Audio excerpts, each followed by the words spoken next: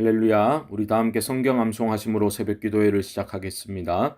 그들이 사도의 가르침을 받아 서로 교제하고 떡을 떼며 오로지 기도하기를 힘쓰니라. 날마다 마음을 같이하여 성전에 모이기를 힘쓰고 집에서 떡을 떼며 기쁨과 순전한 마음으로 음식을 먹고 하나님을 찬미하며 또 온 백성에게 칭송을 받으니 주께서 구원받는 사람을 날마다 더하게 하시니라. 아멘.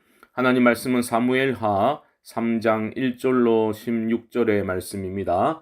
저는 12절과 13절을 봉독하겠습니다. 아브넬이 자기를 대신하여 전령들을 다윗에게 보내어 이르되 이 땅이 누구의 것이니까? 또 이르되 당신은 나와 더불어 언약을 맺사이다. 내 손이 당신을 도와 온 이스라엘이 당신에게 돌아가게 하리이다니. 다윗이 이르되 좋다. 내가 너와 언약을 맺거니와 내가 네게 한 가지 일을 요구하노니 나를 보러 올 때에 우선 사울의 딸 미가를 데리고 오라. 그리하지 아니하면 내 얼굴을 보지 못하리라 하고. 아멘. 성도는 하나님의 뜻은 하나님의 때에 이루어진다라는 것을 믿고 살아가는 사람들입니다. 소위 하나님의 시간표를 신뢰하는 사람들이 성도입니다. 하지만 하나님의 시간표를 신뢰하며 살아가는 것은 말처럼 생각처럼 쉽지는 않습니다. 우리는 하나님의 뜻과 하나님의 시간표보다는 나의 뜻이 내가 원하는 시간에 딱 맞춰 이루어지기를 바랄 때가 훨씬 많기 때문입니다. 그래서 기다리지 못하고 인내하지 못할 때가 있습니다. 그래서 조급증을 가지고 내 마음대로 행해 버릴 때도 있습니다. 지나고 보면 후회스럽고 회개할 일들입니다. 오늘 본문에 기록된 이야기를 보면 우리 관점에서는 더디 이루어지는 것처럼 보일지라도 하나님의 뜻은 반드시 성취된다라는 것을 우리는 잘 알게 됩니다. 다윗이 헤브론에서 왕이 된 후 통일 이스라엘의 왕이 될 때까지 7년 6개월을 기다려야 했습니다. 쉽지 않은 시간이었을 겁니다. 사울이 죽은 후 사울의 아들 이스보셋이 왕이 되었지요. 실세는 아브넬이었기에 이스보셋은 허수아비 왕이었다라고 말할 수 있겠지만 여전히 사울의 집과 다윗의 집 사이에는 전쟁이 계속 이어졌습니다. 내전이 계속된 것이다라고 볼 수 있겠죠.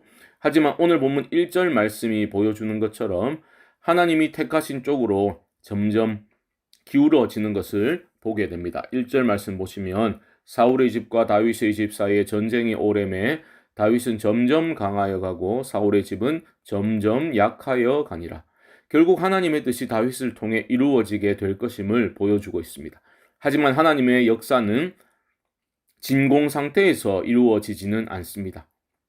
그 안에 치열한 싸움이 있었고 거룩한 하나님의 뜻과는 다른 방식으로 자신의 욕망을 이루려는 온갖 인간들의 헛된 노력과 애씀으로 인해 더 혼란스럽게 진행되는 것처럼 보이기도 합니다. 이런 혼란은 이미 기울어지고 있던 이스라엘 안에서 먼저 발견되어집니다. 6절을 보십시오. 사울의 집과 다윗의 집 사이에 전쟁이 있는 동안에 아브넬이 사울의 집에서 점점 권세를 잡으니라. 아브넬이 실세라는 거죠. 아브넬은 왕인 이스보셋 따위는 신경도 쓰지 않았습니다. 자기 마음대로 행동하였습니다. 7절을 보시면 그는 사울의 첩을 마음대로 취했던 것으로 보입니다. 이런 무례한 행동에 대해 왕인 이스보셋이 문제를 제기하자 아브넬은 오히려 화를 내면서 이스보셋에게 분노하고 있습니다. 8절 보시면 아브넬이 이스보셋의 말을 매우 분하게 여겨 이르되 내가 유다의 계머리냐? 내가 오늘 당신의 아버지 사울의 집과 그의 형제와 그의 친구에게 은혜를 베풀어 당신을 다윗의 손에 내주지 아니하였거늘 당신이 오늘 이 여인에게 관한 허물을 내게 돌리는도다. 이 완전히 왕을 개무시하고 있습니다. 도리어 겁박하면서 내가 너희 집안에 은혜를 베풀어 주어서 네가 지금 왕노릇 하고 있는 거라고 말하는 겁니다. 내가 마음만 먹으면 널 다윗에게 넘겨버릴 수도 있다라고 협박하고 있는 거지요. 이어지는 9절 말씀도 보십시오. 여호와께서 다윗에게 맹세하신 대로 내가 이루게 하지 아니하면 하나님이 아브넬에게 벌 위에 벌을 내리심이 마땅하니라. 여러분 잘 보셔야 됩니다. 일단 그는 다윗이 통일 이스라엘의 왕이 되는 것이 하나님의 뜻이라는 것을 들어서 알고 있는 것처럼 말하고 있죠. 하지만 자기 자신이 내가 그 뜻을 이루게 할 것이다 라고 자신 있게 말하고 있습니다. 내가 이루게 하지 아니하면 하나님이 내게 벌을 내리심이 마땅하다라고 말하면서 마치 자신이 하나님의 뜻대로 행하고 있는 것처럼 말하고 있는 거죠. 그러면서 이스보셋을 협박하고 있습니다. 그리고 실제로 이스보셋은 겁을 먹고 한마디도 하지 못했습니다. 그리고 12절 이하의 말씀을 보시면 아브넬은 다윗에게 사람을 보내서 언약을 맺을 것을 제안하고 있죠. 12절 중반절입니다. 내 손이 당신을 도와 온 이스라엘이 당신에게 돌아가게 하리이다 하니, 보십시오. 다윗에게도 내 손이 당신을 도와주겠소 라고 말하고 있죠. 온 이스라엘이, 내가 도와주면 온 이스라엘이 당신에게 돌아가게 될 것이다. 그러니 나와 언약을 맺읍시다 라고 제안하고 있는 겁니다. 이런 제안에 다윗은 어떻게 반응하고 있습니까? 13절입니다. 다윗이 이르되 좋다. 내가 너와 언약을 맺거니와 내가 네게 한 가지 일을 요구하리니 나를 보러 올 때에 우선 사울의 딸 미갈을 데리고 오라. 그리하지 아니하면 내 얼굴을 보지 못하리라 하고. 무슨 문제점을 여러분 발견하셨습니까? 다윗이 이 중요한 시점에 하나님께 여쭈어 보지 않습니다. 그는 이미 아브넬이 실세라는 것을 알고 있었을 겁니다. 그리고 실제로 아브넬이 도와주면 통일 이스라엘의 날이 오는 것을 앞당길 수 있다고 다윗은 생각을 했을 겁니다. 그리고 오랜 내전으로 인해 다윗은 지치기도 했을 겁니다. 그럼에도 불구하고 다윗은 물어야 했습니다. 하나님께 이런 아브넬의 제안에 대해 여쭈어 보아야 했습니다. 그러나 그는 하나님께 여쭈어 보지 않습니다.